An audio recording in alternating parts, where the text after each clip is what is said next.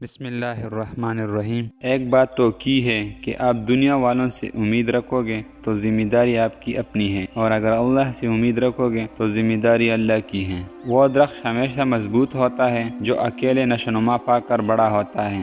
شخص در حقیقت مر جاتا ہے جو کسی کے دل سے اتر جاتا ہے۔ مومن کے جو خلاف طبع امر پیش آئے وہ اس کے لیے مصیبت ہے۔ صادق نیت سے استغفار کرنے والے نے گناہ پر اصرار نہیں کیا، گو 70 بار دن میں گناہ میں لوٹ ہو۔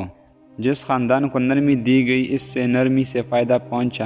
کسی بندے کو عمود یقین اور عافیت سے بہتر کوئی شے نہیں دی گئی۔ اے دنیا والے لذتوں سے دل لگانے والوں، جان لو کہ اس کی آسائش فنا پذیر ہیں۔ ہر کام میں اللہ پر بھروسہ کرنا چاہیے کیونکہ اس سے بڑھ کر کوئی طاقت نہیں۔ دنیا کی تلخیوں پر صبر کرو تاکہ آخرت میں امن و سکون کی نعمت پا سکوں۔ انسان کی ایک خوبی یہ ہے کہ جو کام اس سے مربوط نہ ہو اس میں مداخلت ہرگز مت کرو۔